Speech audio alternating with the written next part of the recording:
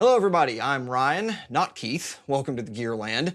I make videos on a little YouTube channel called Plague Scythe Studios, and Keith reached out to me to take this absolutely breathtaking amplifier for a spin, and when someone asks if you want to demo a Mark II C+, you don't say no. So here I am. A huge thanks to Keith for letting me take this thing for a few weeks and try it out in my own home. It's a totally different experience to actually sit down with something across multiple days and use your own gear and use stuff that you're familiar with versus just plugging into it for an hour or so and trying to get an idea of how it really behaves that way. And as I probably will make clear throughout this video, this lives up to its reputation and more. For those that don't know the whole Mesa Boogie Mark series story, I'll try to touch briefly on it, but this is going to primarily be about the tones today.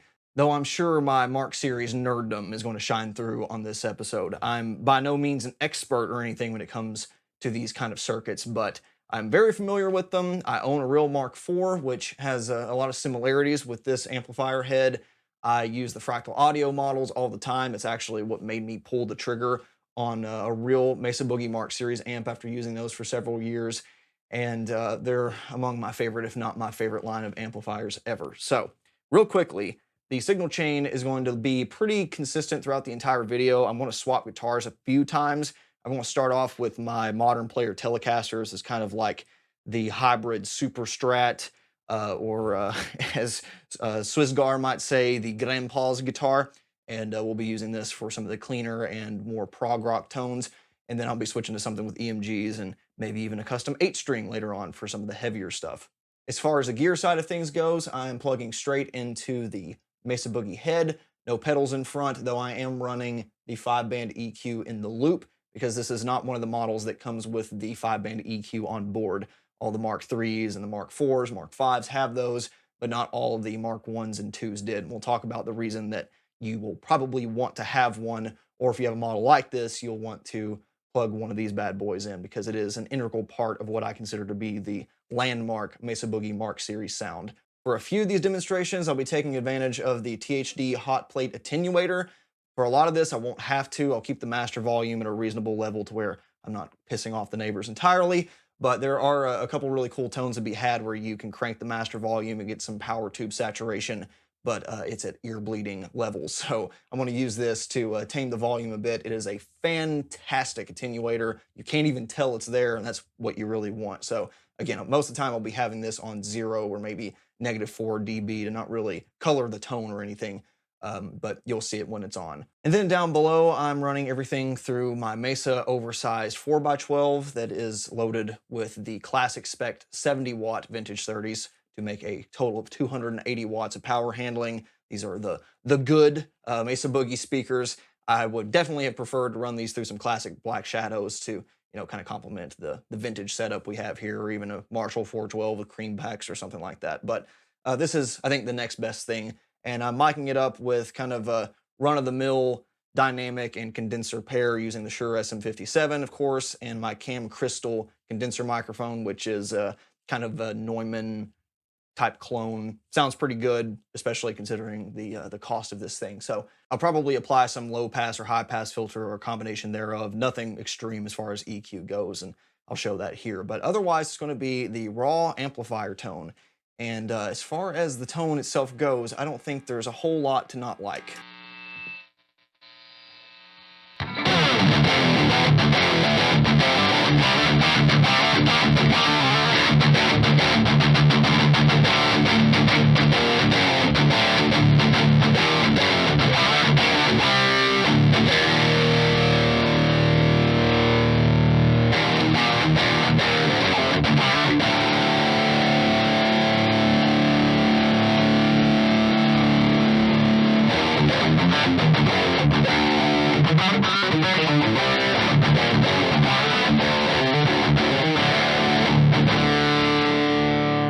The Mark series is one of those family of amplifiers where there's simply far too much to cover to ever fit it into one single video. So I'm gonna try to hit the high points of everything. I'm sure I won't do it justice entirely because it's the Mark series. It's a very storied and incredibly complex style of amplifier. But to kind of give you the short version of it all, the Mark series actually started its life as a hot-rodded Princeton circuit back in the late 60s. So whereas like a lot of Marshall amplifiers were derived from Fender Bassman circuits, this took a different path and started out as a gained up supercharged Fender Princeton. And that's what ultimately became the design of the Mesa Boogie Mark I when Randall Smith started building those in separate cabinets and labeling it as a Mesa Boogie or Mesa Engineering product. The Mark I would go through a few different revisions, adding the iconic 5-band graphic EQ on a couple of the versions, and that eventually spawned the Mark II series, which was the first amplifier, to my knowledge, and it's at least what Mesa Boogie claims, to have channel switching. A lot of the amplifiers that we think of before then, you had like a high channel or a bright channel and a low channel or a darker voice channel, but you had to manually pull the jacks or you could at least jumper them. But back then there was no such thing as a clean and a lead. You had to have multiple amplifiers to cover that or hit it with a pedal or whatnot. And the Mark II was the first one to feature that. Not without its faults, as we'll show in this video here. Further development would bring along the 2B, the 2C, and the 2C Plus, of course, which could all be purchased in a head enclosure like this one, so you could put it on whatever cabinet you would like. And that brought about a new power amp technology called Simulclass, which, if Mesa Boogie's patent is to be believed, runs two different halves of a power amp together in parallel to create what they consider to be the best of both worlds. You still get the sacrifices of some of the inferior technology they use, but you do get the tonal qualities, supposedly, of a Class AB amp, like one you would find on your run-of-the-mill, say, Marshall-style amplifier, and a Class A amp, like you'd see on some other boutique or like a Vox or that sort of thing. In my experience, it doesn't really matter for high gain tones. The Class A can be cool, but a lot of technical analysis shows that the Class A implementation is not true Class A, it's just closer. So take that for what you will. As a lot of people know, the 2C and C Plus introduced just bukus of gain and distortion levels that had not really been heard out of a single circuit before and was made very famous by Metallica's landmark Master of Puppets. It continued to be part of their core sound through Injustice for All and Black Album. And even though they experimented with other amplifiers throughout the years, they still use the Axe-Fx models of the 2C Plus live. So their core sound has lived on for the better part of 40 years, which is insane to even say. This is going on its 40th birthday here in a few years. And in my opinion, it has gotten easier to get a good sound out of a lot of contemporary amplifiers. They are more tuned out of the box where everything at noon just kind of works. And there are some things that I would say is a little more refined.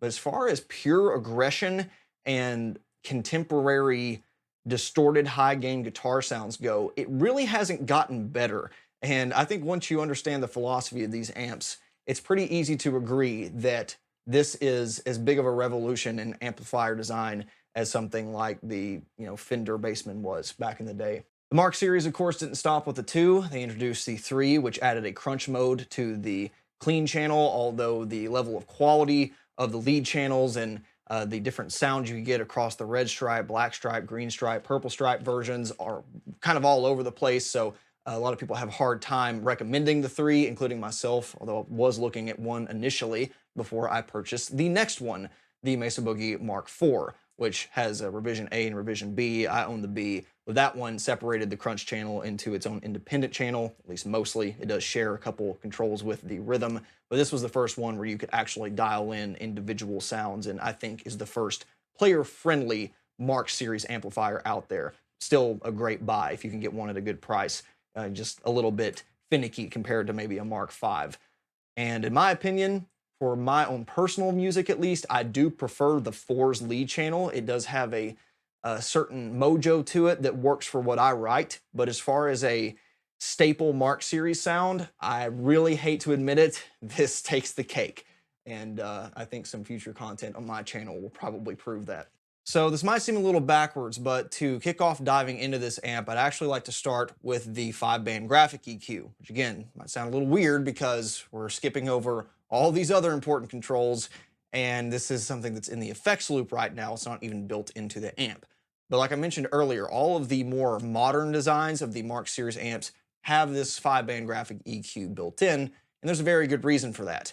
So if we just take this kind of standard rock, hard rock metal tone thing I've got going on right now, and keep the graphic EQ settings on that I have currently, this is what it's going to sound like.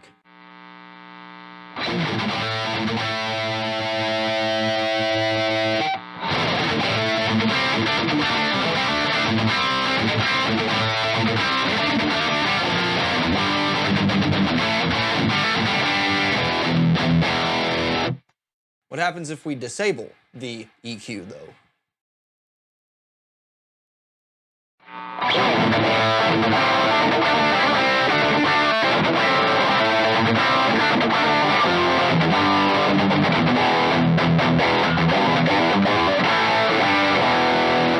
You no doubt heard how much the character of this amplifier changed when we disabled the graphic EQ, and it's not a sound I would consider terrible. In fact, I think if you turn down the gain levels, it actually kind of complements that sort of sound, but it's certainly not as focused or as cutting as something like a Master of Puppets or an Images and Words kind of tone. So what's going on here? Why would we even need this sort of EQ implementation in the first place? It's not like every amplifier out there has one. If you want less mids on a Marshall amp, you just turn down the mids. So let's try that here. We go over to our mids control and it's already on 0. Well, can't really do a whole lot with that. Let's see what it sounds like if we play around with it though.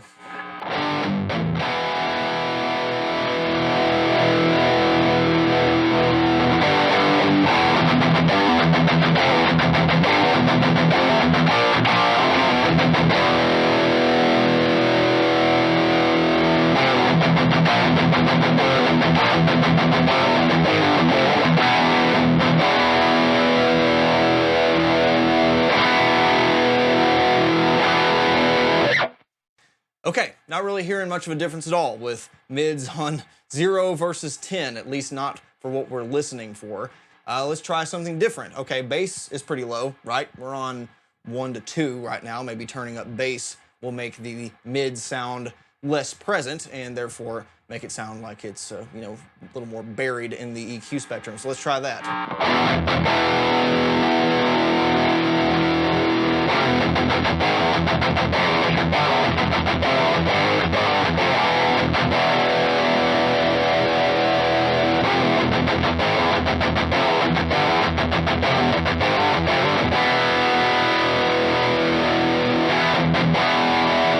Okay, that didn't really work either.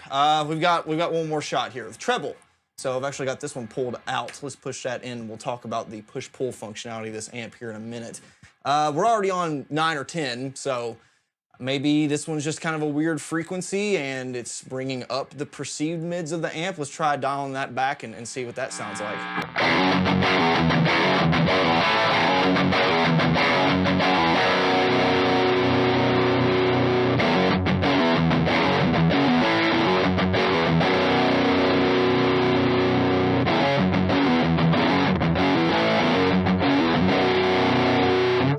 Well, that sounds like wet garbage.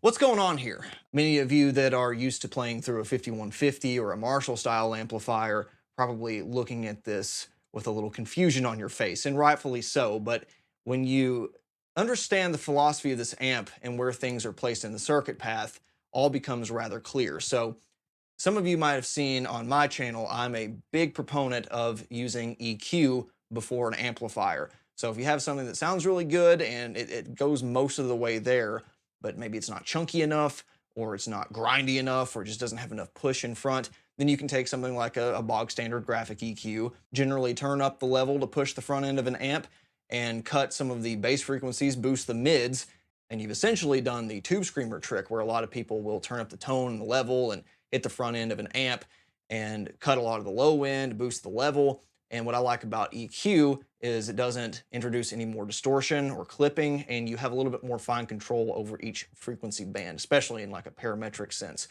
And that is essentially what is happening with this tone stack, because on like a Marshall style amplifier, the tone stack is after all of the gain stages, after all of the, at least as far as distortion generation is concerned, after it's turned your amplifier signal into, the crunchy high gain sound that we generally dial in on the lead channels.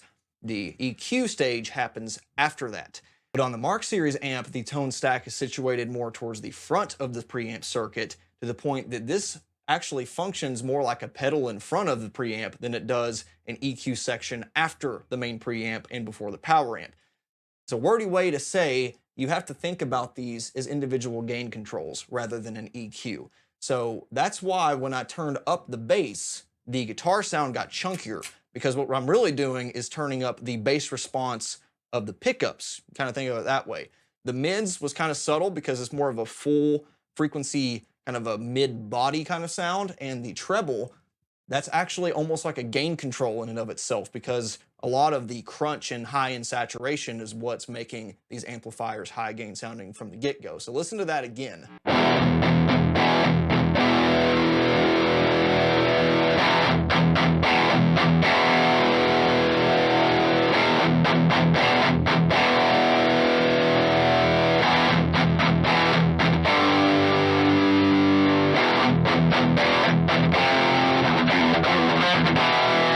For your run-of-the-mill metal sound out of a Mark Series amplifier, this is kind of how the settings are going to look, with gain and drive on the lead channel turned up really high, the treble pretty high as well, between 7 and 10 generally is where I stay, bass pretty low, you can even stand all the way down to 0 on some guitars, and mids to taste. It's not very sensitive, and it can sound good either way.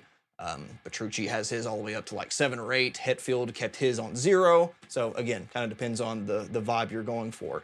But the disadvantage to this setup, and one that carries over to the clean channel but is not nearly as consequential as a result, is that now we have no way to adjust the post EQ.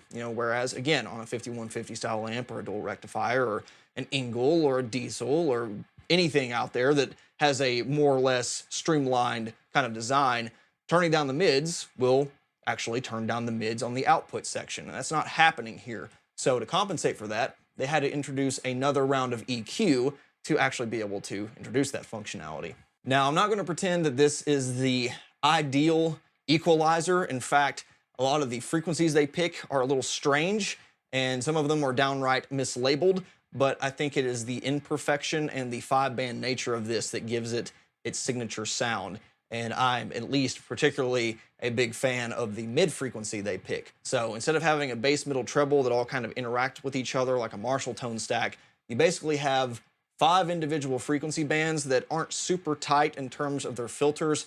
I think they're like 1.2 to 1.5 decibels per octave. So, they're not like locking down on one individual frequency, but it's not as wide band as some other tone stacks might be.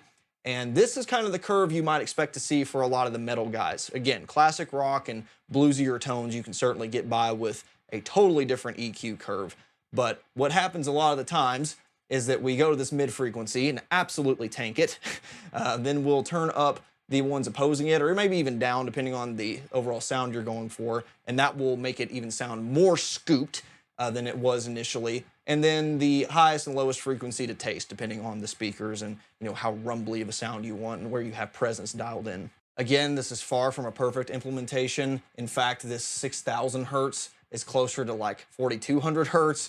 750 is actually like 723 or something. The other ones are pretty close, and the overlap can have some weird behavior. But the overall package is greater than the sum of its parts, because depending on how you dial this in conjunction with the gain controls, you can make this amp sound about just like anything, especially if you have a pedal or two in front to kind of make up for the differences. And that is why I firmly believe, even though this isn't super user-friendly, and there are stories of people touring with Mark Series amps that are like, do not touch this or I will chop your hand off because this took forever to dial in. All of that combined makes this like my desert island kind of amplifier, because you can get about any sort of preamp saturation and distortion sounds and then carve it up how you want with the post EQ.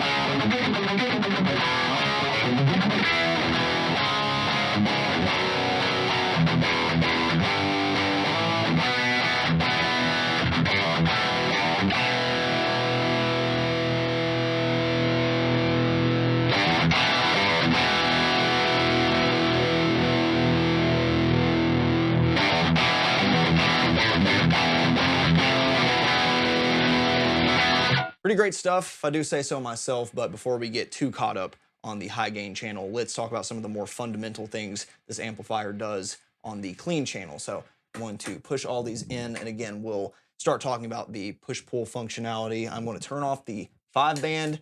You can definitely get some good sounds out of the 5-band when you put it in the clean channel, but I almost never use it because the clean channel is essentially a classic, like, modded Fender type circuit. In fact, I would take the Mark series, especially like a Mark 1 or Mark 2 clean sound, even a Mark 4 for that matter, over about any Fender amp as far as I'm concerned. It just kind of does it all. I was kind of obsessed for a little while about getting like the perfect rockabilly country type sound, and then I shot out my Mark series amp with a fractal audio model and then some Kemper sounds. I was like, oh my God, I already have it. So kind of a similar situation with this. If you like American clean sounds, this amp can do it.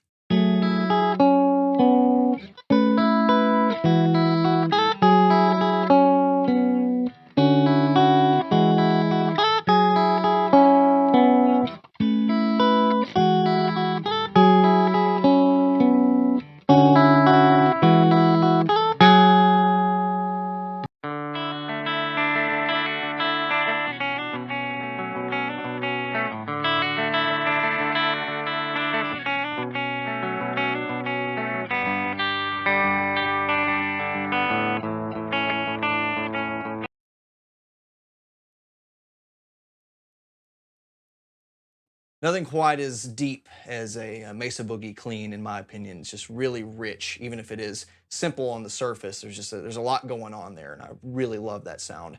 Let's start talking about some of these other push-pull pots. As I said, on the volume control, which really should be called rhythm gain, that engages a bright cap to add some more brightness if you're on the lower gain levels. You can shift the treble and bass frequencies by pulling these out. The treble comes down and the bass comes up in terms of what frequencies they're affecting.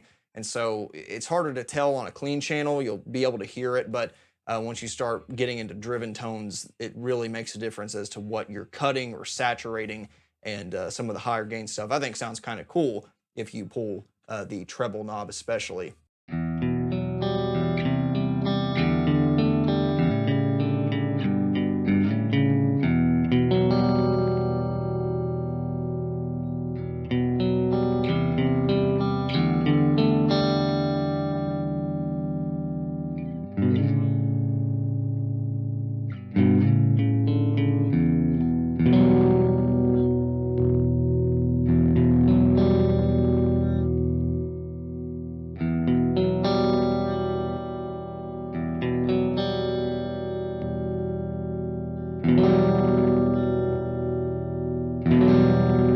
So you can kind of hear there, it's a little subtle on the treble shift, at least on the cleaner channels. But when you get into the bass shift on here, it could be kind of cool to cut the shift rather than boost the baseline frequency. So it gives you a few more options there.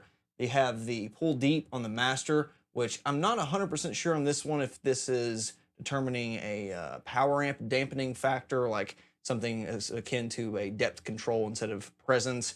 I think it's just adding a little bit more bottom end in the tone stack somewhere. Either way, sounds pretty cool on the lead and the clean channel, depending if you're looking for a really low, heavy kind of sound.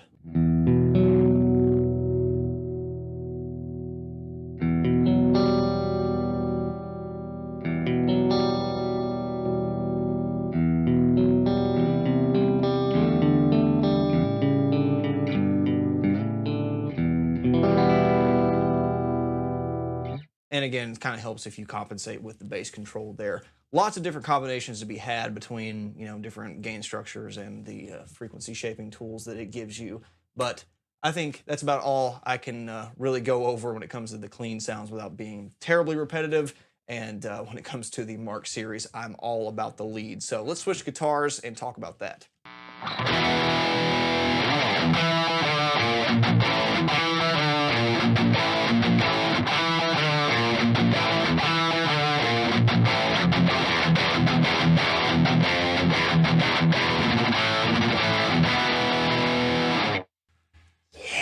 That's the stuff. You don't like that, there's something wrong with you. So let's talk about how all of the controls kind of feed into one another. The first thing you might notice is that with the lead channel, you gain an additional drive and master. And of course, I do have the 5-band engaged because, you know, it's just kind of the staple when it comes to the lead tone on these amplifiers, in my opinion. So what's strange about this, and it's something that did carry over to future Mark Series amplifiers, at least in some revisions, is that the bass gain control volume here feeds drive. So the way I like to think about it, especially on my Mark IV amplifier, they didn't technically have to do this, but they kept the architecture the same.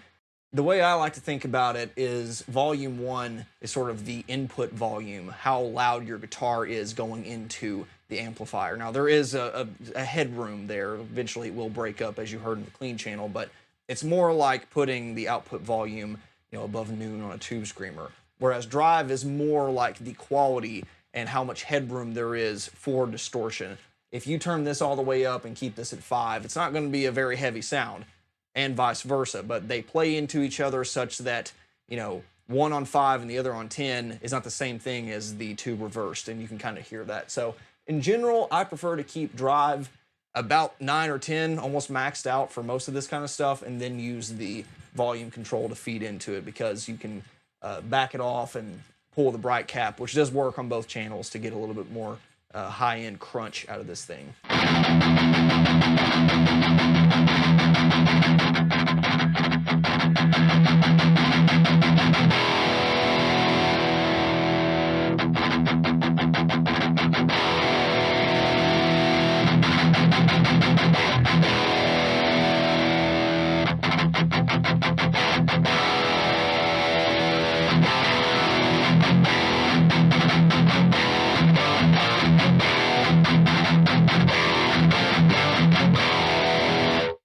I think that kind of makes my case as to why I prefer the settings that way.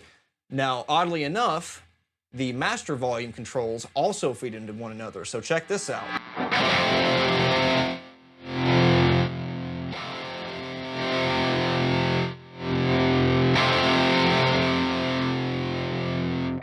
Kind of strange, right? I mean, it makes sense if you take a look at the circuit topology of this amplifier, but it's not something we're used to having to do, where, you know, most multi-channel amplifiers just have their each individual volume control. So what you kind of have to do for this is dial in your clean sound, set the master volume there, pull lead, and then set your master volume on that based on what just happened. And sometimes you might want it louder or quieter. And furthermore, you might want to saturate master 1 more before it actually hits the lead master control. It does make for a bit of a different sound than if you had them, again, reverse. Not so much, you know, compared to the gain controls, but it is a bit of a different sound. If you're looking for something that's a little more squishy and less contemporary, then you can achieve it that way. I tend to keep them both, you know, fairly reasonable, considering I'm looking for the preamp to do most of the talking in terms of distortion.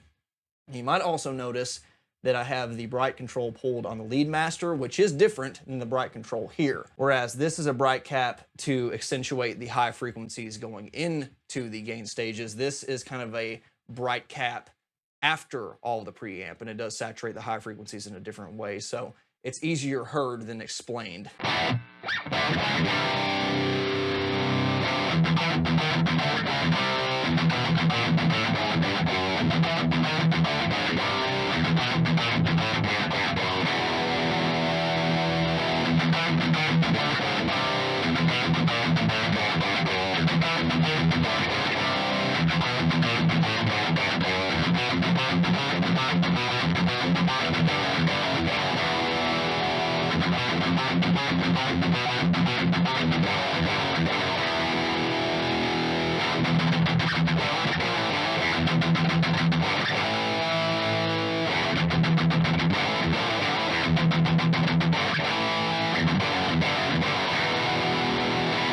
You can probably hear this is more like a saturation control than it is just turning up the treble. It's almost like a clipper, like a Jose mod you might see in a Marshall.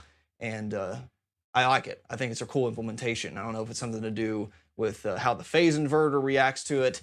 I'm not terribly educated on that subject. All that I know is that for a lot of the stuff I play, I prefer to have that on because it sounds really cool. Finally, the presence control is around back on this amplifier. So I've had it set to like 3 or 4 this entire time.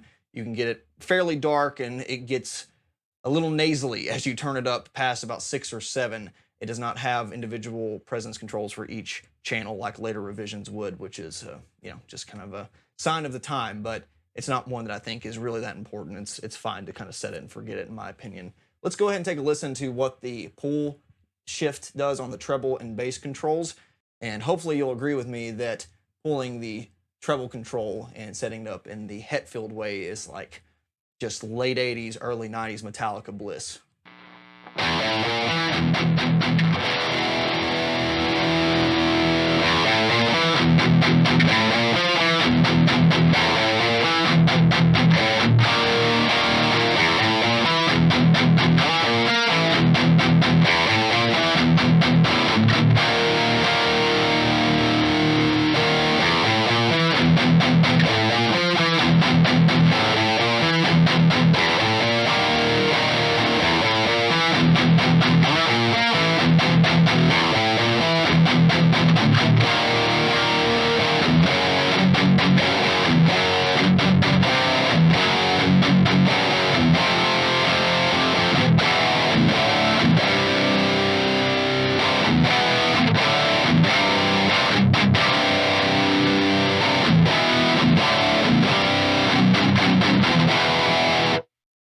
Personally, for downtuned material and the stuff I would write, I prefer to have this kind of sound off, but for the squishy Metallica thing, and I think the ways that a lot of players use the Mark II C+ for high gain tones, it really works. Sounds great on standard tuning. Not so much of a fan on the bass control, but let's give it a shot.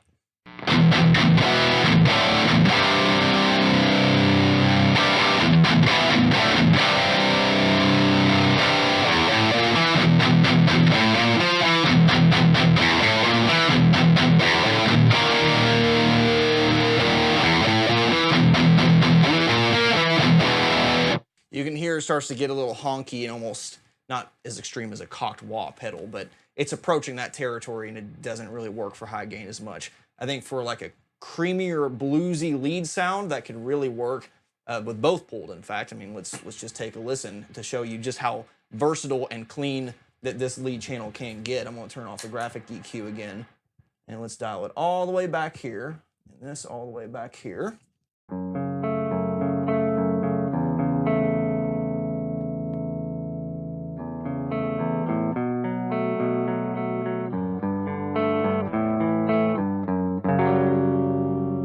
Keep in mind, we're still on the lead channel here. This is the clean channel. Lead channel. So you can see how much overlap there is and what it means to run out of headroom in a tube distortion, gain stage, because there's really no difference as long as we're not slamming the lead componentry. It really sounds the same, and it's, I think, another thing that makes this circuit so amazing, in my opinion. So let's dial it up just a little bit to get kind of a creamier, bluesier lead thing going on, which is kind of stupid with active pickups, but hey, we can say I did it.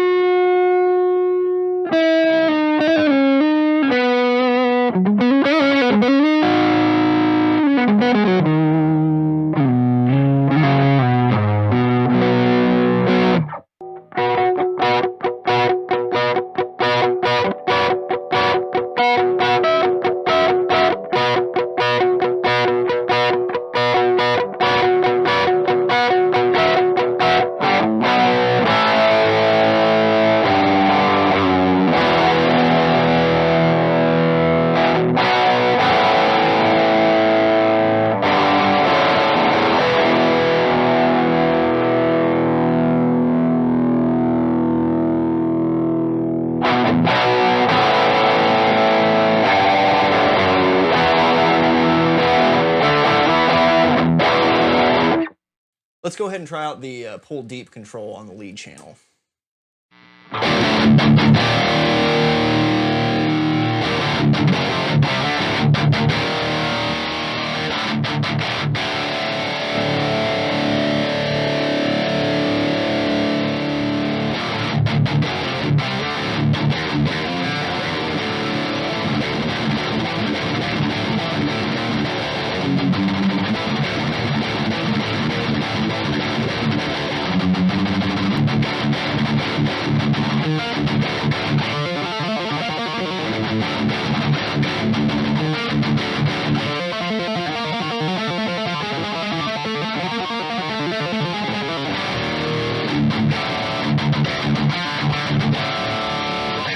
I would say that tickles my fancy. So just for one more trip around the sun, I'd like to show you why I think this thing is so ahead of its time and why it continues to be a solid circuit to use.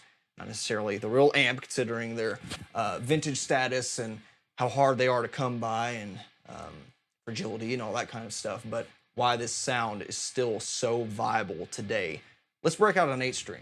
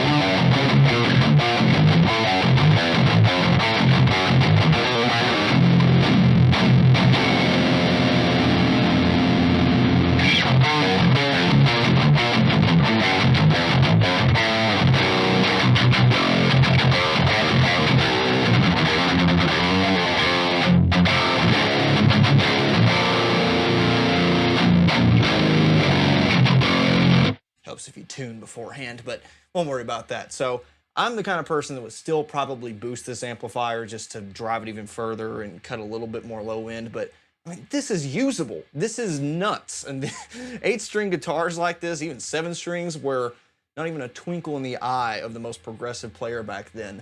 And like I said, this is coming up on his 40th birthday, and just straight into it. If this was a model with the graphic EQ built in, I would have nothing else to do. I would pretty much be done. And, you know, for some players, this might be their ideal sound and just work for them, or maybe they have a complementary pair of pickups.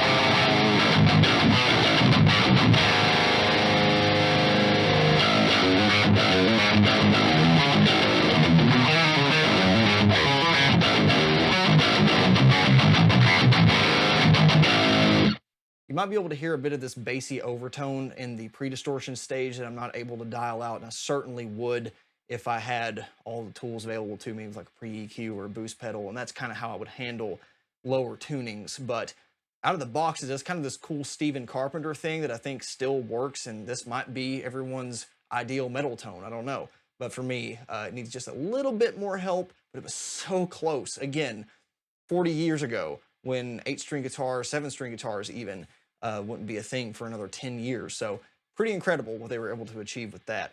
So I think that about does it for me. Again, huge thanks to Keith for letting me put this thing through its paces for the past couple of weeks. It has been one of those once-in-a-lifetime amplifier experiences that I will not soon forget. Subscribe, like, hit that stupid bell icon, whatever you're supposed to do. And hopefully we'll see you sooner rather than later with some more Mark series content here and maybe even over on my own place. Thank you so much.